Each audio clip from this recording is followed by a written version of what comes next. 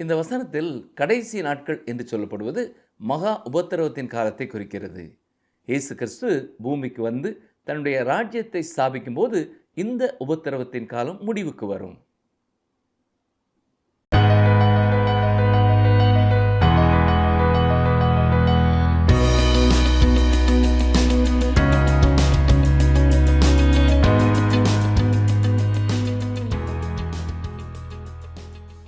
வேத வசனங்களை ஆழமாக கற்றுக்கொள்ள வேண்டும் என்கிற வாஞ்சியோடு காத்திருக்கிற உங்களை அன்புடன் வரவேற்கிறோம். நாம் கடந்த நிகழ்ச்சியிலே தேவன் உலக வரலாற்றிலே தலையிடுகிறவராக இருக்கிறார் என்றும், முதலாவது மக்களுடைய ஆவிக்குரிய வாழ்க்கையிலே வீழ்ச்சி ஏற்படுகிறது, இரண்டாவது நன்னடத்தைகளிலே வீழ்ச்சி, இறுதியாக நிர்வாகத்திலே வீழ்ச்சி ஏற்படுகிறது என்றும், நாம் மனம் திரும்பாதவரை உள்ளத்தில் ரணங்களும் காயங்களும் இருந்து கொண்டுதான் இருக்கும் என்றும், நாம் தேவனுக்கு கீழ்ப்படிந்து வாழ ஒப்பு கொடுத்தால் ஆசீர்வாதமான வாழ்க்கை வாழ முடியும், அவருக்கு எதிராக கலகம் செய்தால் நமக்கு நாமே தீமையை வருவித்துக் கொள்வோம் என்றும், நம்முடைய பக்தியானது வாழ்க்கையிலே மாற்றத்தை ஏற்படுத்த வேண்டும் என்றும், நம்முடைய தண்டனையை இயேசு ஏற்றுவிட்டார். எனவே நியாயாதிபதியாகிய தேவன் நமக்கு இரக்கத்தை காட்ட வழிவகை ஏற்பட்டு விட்டது என்றும் கற்றுக்கொண்டோம். இன்று நாம் யூதாவுக்கு தேவன் கொடுத்த எச்சரிப்பு என்ன, இறுதி நாட்களை குறித்த தீர்க்க தரிசனங்கள் என்ன, ஏசாயா எருசலேமையும் யூதாவையும் குறித்த கண்ட தரிசனம் என்ன என்பதை கற்றுக்கொள்ள தொடர்ந்து எங்களுடன் இணைந்திருங்கள். இன்று நாம் ஏசாயா 1 அதிகாரம் 19 வசனம் முதல் 2 அதிகாரம் 22 வசனங்கள் வரை கற்றுக்கொள்வோம். அருமையான சகோதரனே, சகோதரியே, ஆண்டவராகிய இயேசு கிறிஸ்துவின் நாமத்தினாலே உங்களை அன்போடு வாழ்த்துகிறோம். ஏசாயா தீர்க்கதரிசியின் புத்தகம் 1 அதிகாரம் 19 வசனம் முதல் இன்றைக்கு நாம் சிந்திக்க இருக்கிறோம்.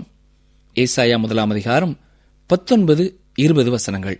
நீங்கள் மனம் பொருந்தி செவி கொடுத்தால் தேசத்தின் நன்மையை புசிப்பீர்கள். மாட்டோம் என்று எதிர்த்து நிற்பீர்களாகில் பட்டயத்துக்கு இரையாவீர்கள்.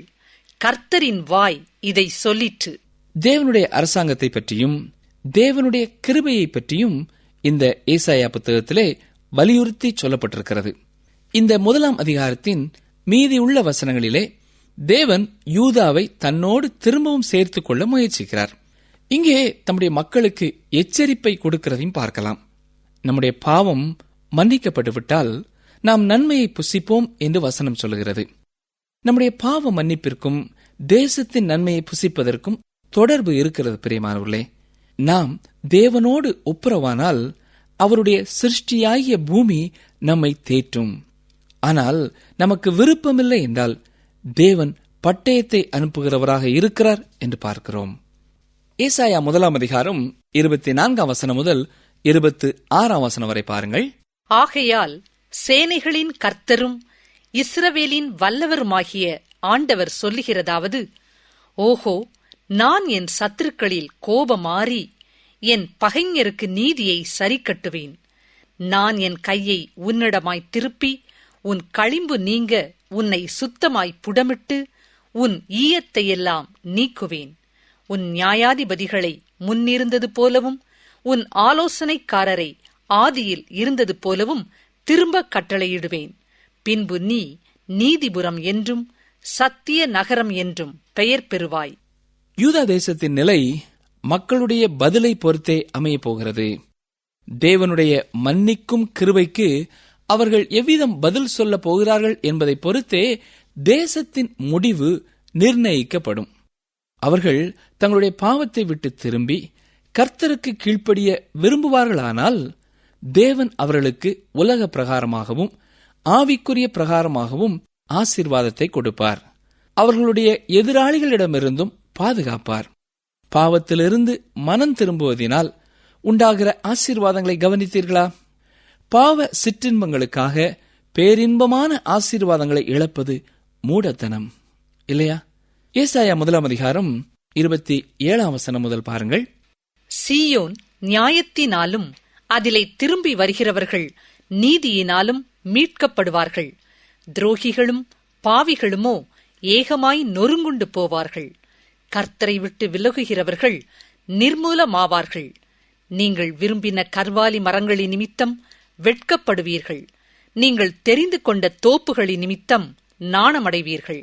இங்கே கர்வாலி மரம் என்பது விக்கிரகத்தை அர்த்தப்படுத்துகிறது.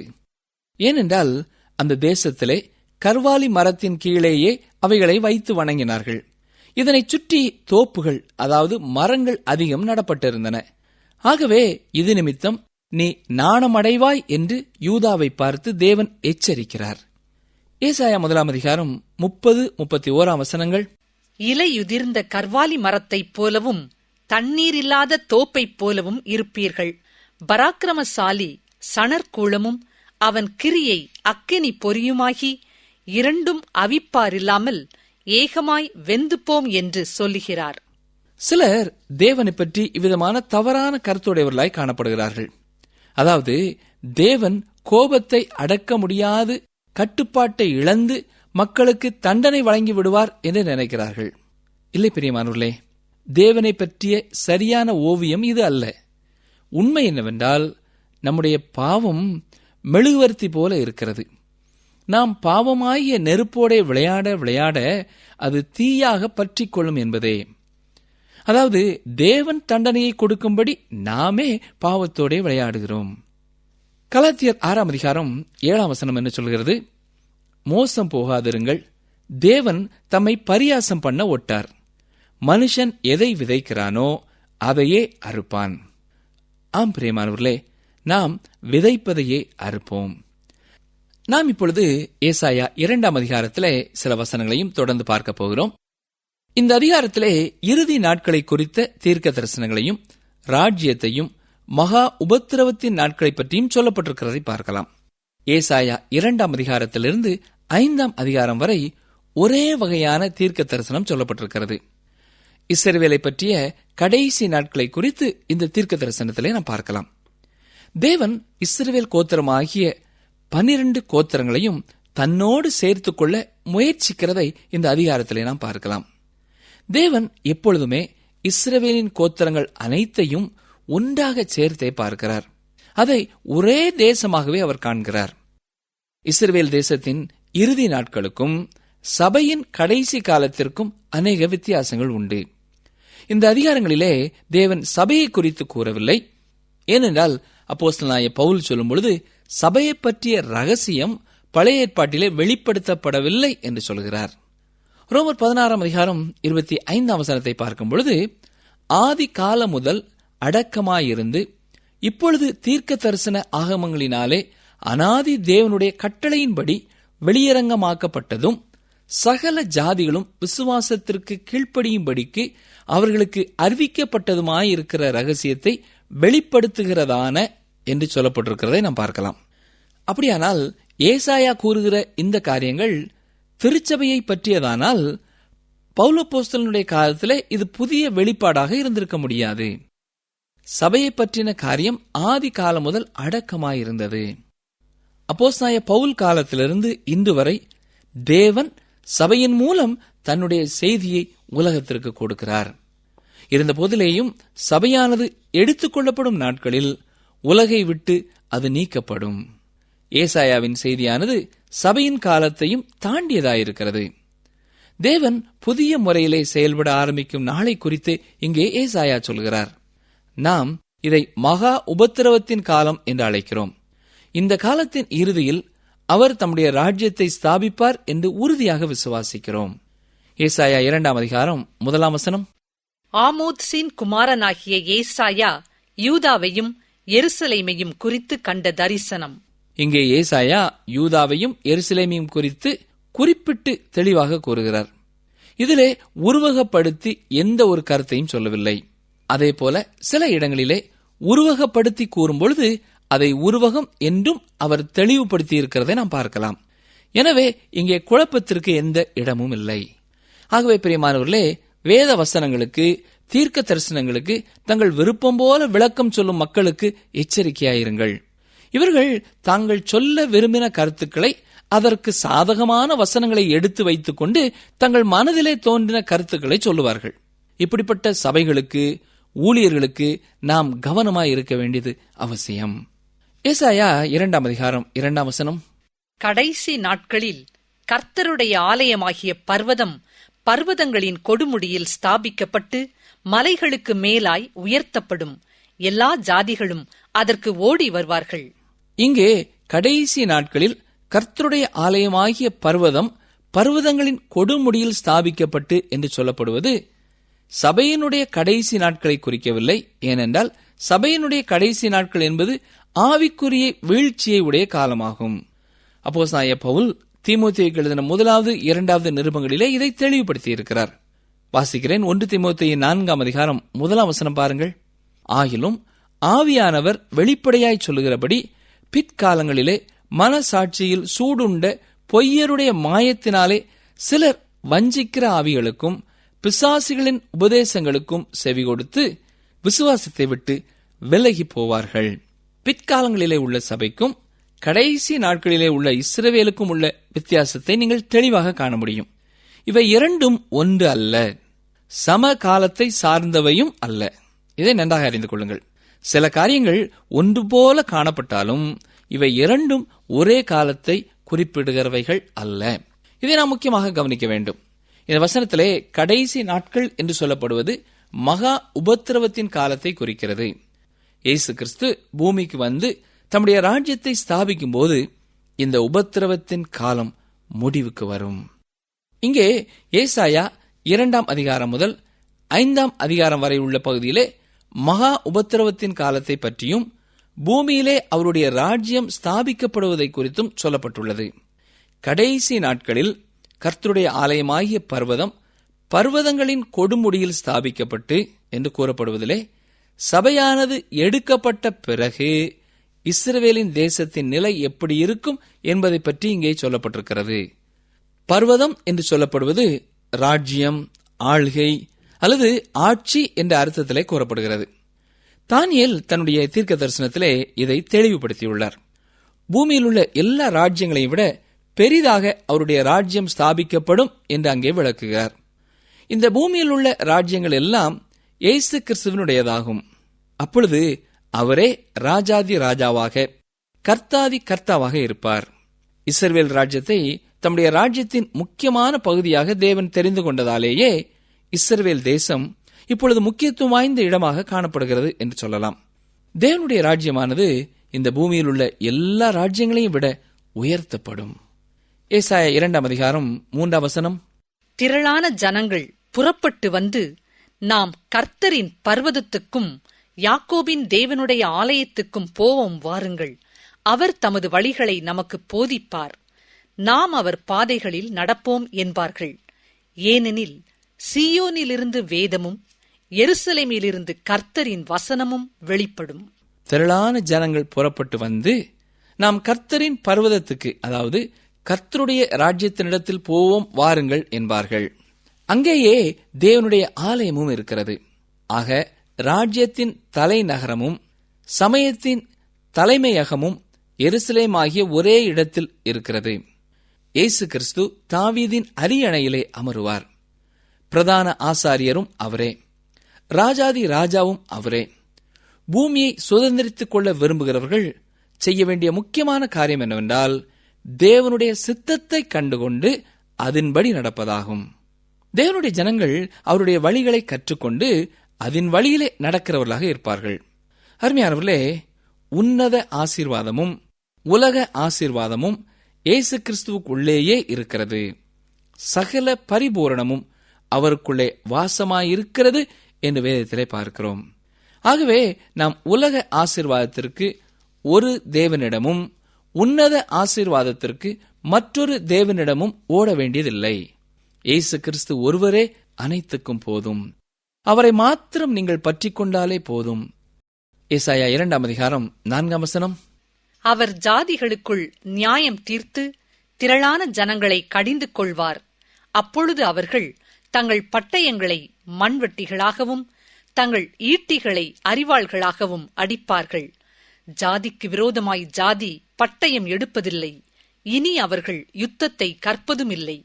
அவர் ஜாதிகளுக்குள் நியாயம் தீர்த்து திரளான ஜனங்களை கடிந்து கொள்வார். இயேசு கிறிஸ்து பூமியில் ஆளப்போகின்ற 1000 வருட அரசாட்சி இனிமையானதுதான். அதே வேளையில் மனிதர்களுக்கு அது ஒரு சோதனையான காலமாகவும் அமையும். ஏனென்றால் அப்பொழுதும் கூட அவர் ஜாதிகளுக்குள் அநேகரை நியாயம் தீர்ப்பார். மட்டுமல்ல, அநேகர் அந்நாட்களிலேயும் ரட்சிக்கப்படுவார்கள்.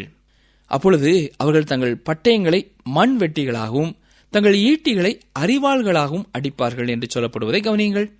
இந்த 1000 வருட அரசாட்சியிலே தேவன் பூமியிலே ஒரு நீதியான ஆட்சியை ஸ்தாபிப்பார். மற்ற நாடுகளை நீதியோடும் நேர்மையோடும் ஆட்சி செய்யும்படி அவர் கட்டாயப்படுத்தி நடத்துவார். உலகம் தோன்றினது முதல் இல்லாத ஒரு பெரிய சமாதானம் அப்பொழுது உண்டாயிருக்கும். உலகில் உள்ள எல்லா நாடுகளும் முதலாவதாக தங்களுக்குள் சமாதானமாக காணப்படுவார்கள். எனவே அவர்கள் தங்கள் பட்டயங்களை மண்வெட்டிகளாகவும் தங்கள் ஈட்டிகளை அரிவாள்களாகவும் அடிக்க முடியும். காரணம், அப்பொழுது உண்டாயிருக்கிற சமாதானம்.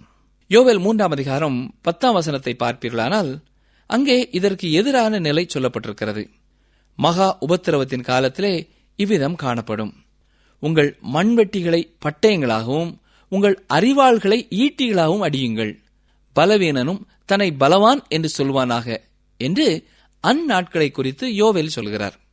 நீங்கள் யோசித்து பார்ப்பீர்கள் என்றால் நாம் இன்று இப்படிப்பட்ட காலத்திலேயே காணப்படுகிறோம் என்பது போல தோன்றும். நமக்கு சமாதானமும் பாதுகாப்பும் வேண்டுமென்றால் சட்ட ஒழுங்கு தேவையாயிருக்கிறது. நாட்டையும் மக்களையும் காக்க ஆயுதம் ஏந்திய வீரர்கள், காவலர்கள் அவசியமாயிருக்கிறார்கள். ஆனால் இயேசு கிறிஸ்துவின் ஆட்சியிலே பட்டயங்கள் மண்வெட்டிகளாக அடிக்கப்படும், ஈட்டிகள் அரிவாள்களாக அடிக்கப்படும். அப்பொழுதே இந்த தீர்க்க தரிசன வாக்கு நிறைவேறும். அப்பொழுது நாம் நம்முடைய வீட்டை திறந்து போட்டுவிட்டு தூங்கலாம். நடு இரவிலே பெண்கள் கூட தனிமையாக எங்கேயும் போய் வரலாம். ஏனென்றால் பாதுகாப்பும் சமாதானமும் அப்பொழுது இருக்கும்.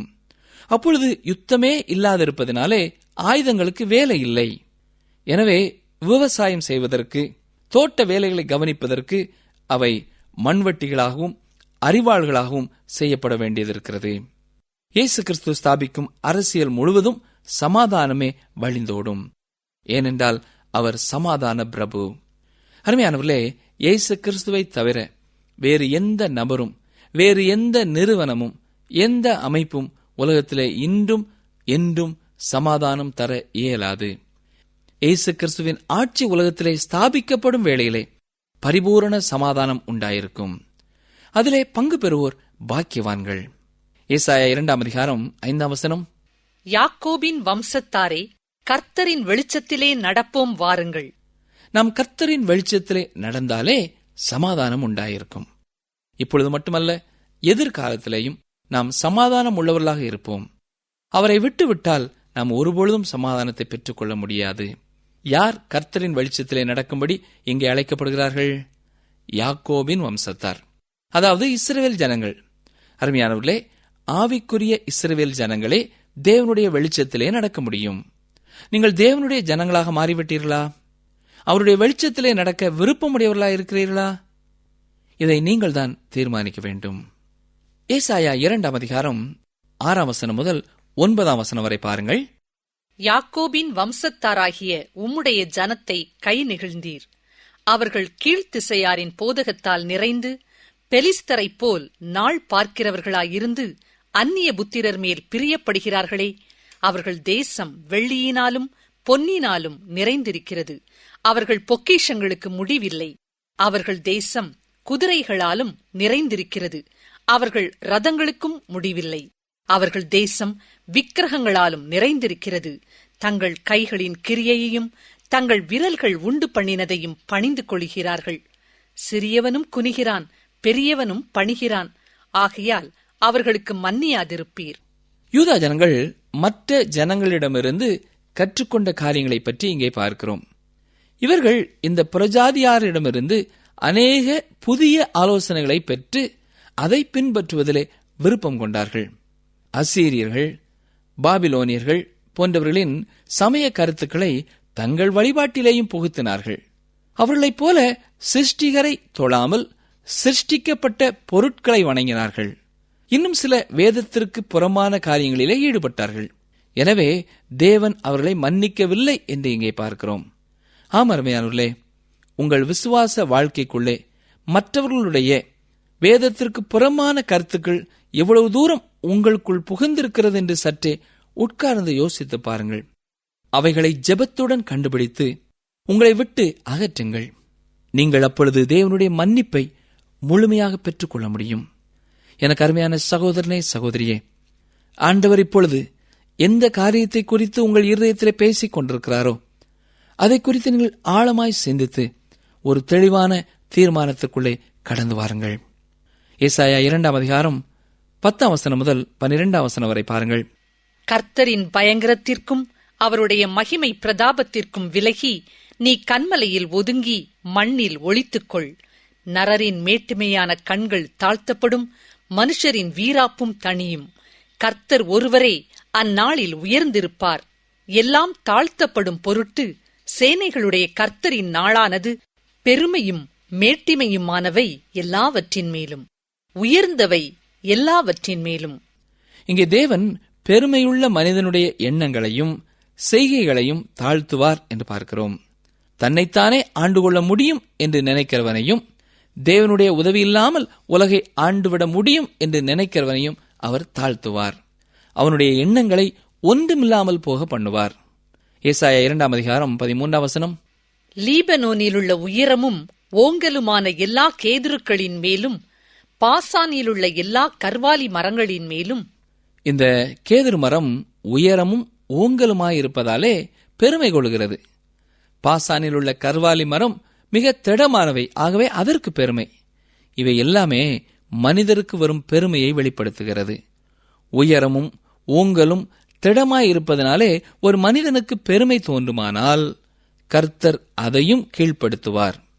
தேவனுடைய ஜனங்கள் மாம்சத்தின் காரியத்திலே பெருமை பாராட்டக்கூடாது என்று வேதத்திலே அறிகிறோம். நம்மை நாமே சற்று சிந்தித்து பார்ப்போமா? நமக்கு இந்த உலகத்திலே ஆண்டவர் கொடுத்திருக்கிற ஏதாவது ஒரு ஆசீர்வாதத்தை குறித்து, மற்றவர்களை விட வித்தியாசமாக நமக்கு கொடுத்திருக்கிற ஏதாவது ஒரு காரியத்தை குறித்து நாம் பெருமை பாராட்டி கொண்டிருக்கிறோமா? சற்றே சிந்தித்து பார்ப்போம்.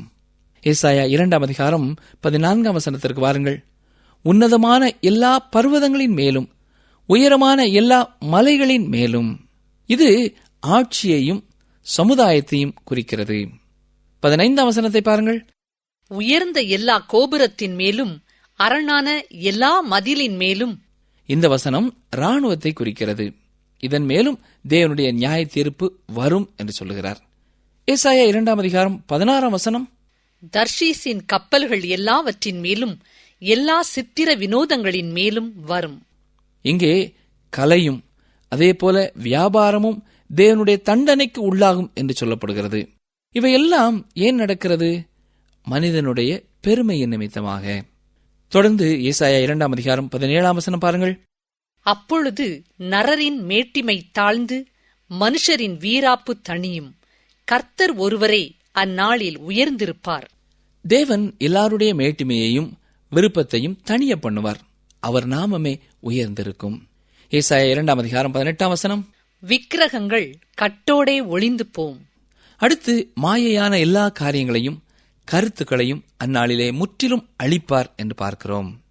ஏசாயா 2:19, பூமியை தத்தளிக்க பண்ண கர்த்தர் எழும்பும் போது அவருடைய பயங்கரத்திற்கும் அவருடைய மகிமை பிரதாபத்திற்கும் விலகி கன்மலைகளின் கெபிகளிலும் பூமியின் குகைகளிலும் புகுந்து கொள்வார்கள்.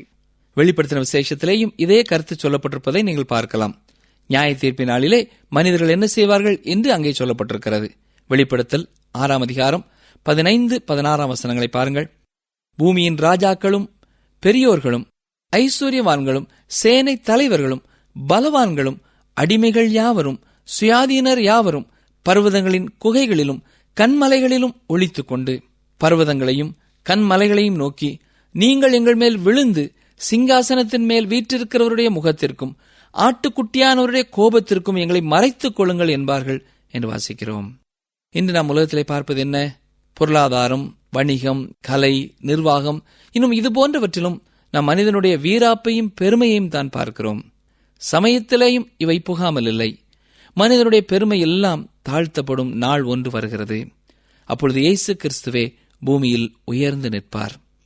இன்றைய நாட்களில் சமுதாயத்திலும் வணிகத்திலும் கலையிலேயும் நிர்வாகத்திலேயும் உலகத்தின் விழாக்களிலும் இயேசு கிறிஸ்துக்குரிய இடத்தை மக்கள் கொடுக்கவில்லை. அவரை மக்கள் இன்று ஓரமாக வைத்து விட்டார்கள், புறம்பே தள்ளிவிட்டார்கள். ஆனால் ராஜாதி ராஜாவே இன்றும் இருக்கிறார். ஒரு நாளில் அவர் திரும்ப பூமிக்கு வருவார். அப்பொழுது மக்கள் குகைகளுக்குள்ளே ஓடி ஒளித்துக் கொள்வார்கள். ஆதிகால மனிதன் குகையிலே வாழ்ந்தான் என்று வரலாற்றிலே வாசித்து பார்க்கிறோமே, அது எதிர்கால நாளிலேயும் நடக்கப் போகிறது. அருமையானவர்களே, நமக்கு குகைக்குள் ஒளியும் நிலை வேண்டாம். தேவனுடைய சந்நிதியிலே தைரியமாய் நிற்கும் வாழ்வையே தெரிந்து கொள்வோம். இன்று அதற்கு ஆயத்தப்படுவோமானால் அன்று கர்த்தருடைய சந்நிதியிலே நாம் தைரியமாக நிற்க முடியும். ஏசாயா 2:20-21 பார்த்தால் அங்கே பூமியை தத்தளிக்க பண்ண கர்த்தர் எழும்பும் அந்நாளிலே என்று சொல்லப்பட்டிருக்கிறது. அதாவது மகா உபத்திரவத்தின் நாளை அது குறிக்கிறது.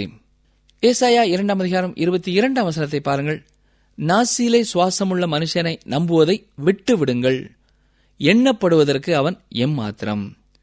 அருமையானவர்களே, மனிதர்கள் மீது உங்கள் நம்பிக்கையை வையாதிருங்கள். இன்றைய காலகட்டத்திலே அநேக ஆபத்தான சூழ்நிலையிலே வாழ்கிற நாம் அடுத்த நிமிடம் உயிரோடு இருப்பதே கர்த்தருடைய கிருபைதான். ஆகவே மனிதன் மீது நம்பிக்கை வைப்பது வீண். மனிதனை படைத்து அவனை காத்து அவனை நடத்தி வரும் கர்த்தர் மேல் மட்டுமே உங்கள் நம்பிக்கையை வைப்பது சிறந்தது. அன்பர்களே, இன்று நாம் ஏசாயா 1 மற்றும் 2 இருந்து நாம் கற்றுக்கொண்ட காரியங்கள் என்ன என்பதை ஞாபகப்படுத்திக் கொள்வோம்.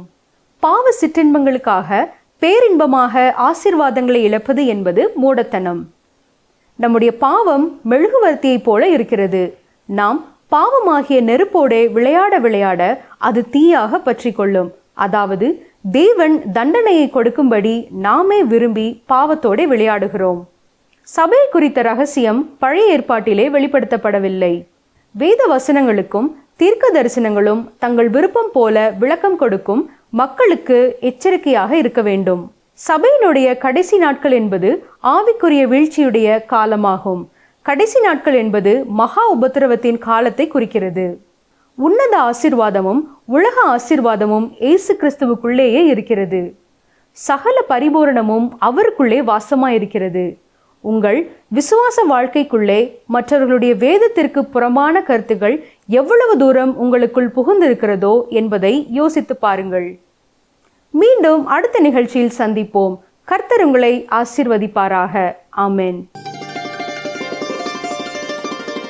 உன் கற்பத்தின் கனியும் உன் நிலத்தின் கனியும் உன் மாடுகளின் பெருக்கமும் உன் ஆடுகளின் மந்தைகளுமாகிய உன் மிருக ஜீவன்களின் பலனும் ஆசீர்வதிக்கப்பட்டிருக்கும். உபாகமம் 28:4.